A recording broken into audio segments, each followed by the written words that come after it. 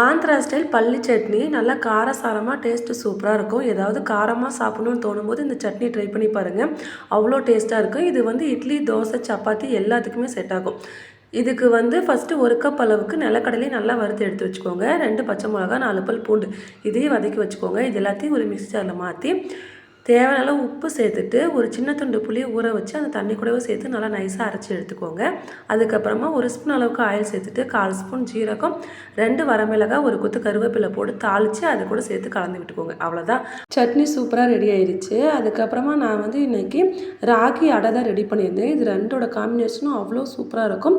இன்றைக்கி ஒரே ஹெல்த்தியான ரெசிபி தான்.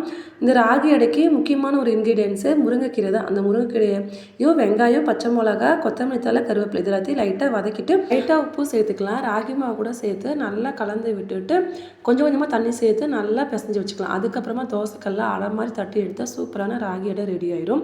இது ரெண்டுக்கும் காம்பினேஷன் சூப்பராக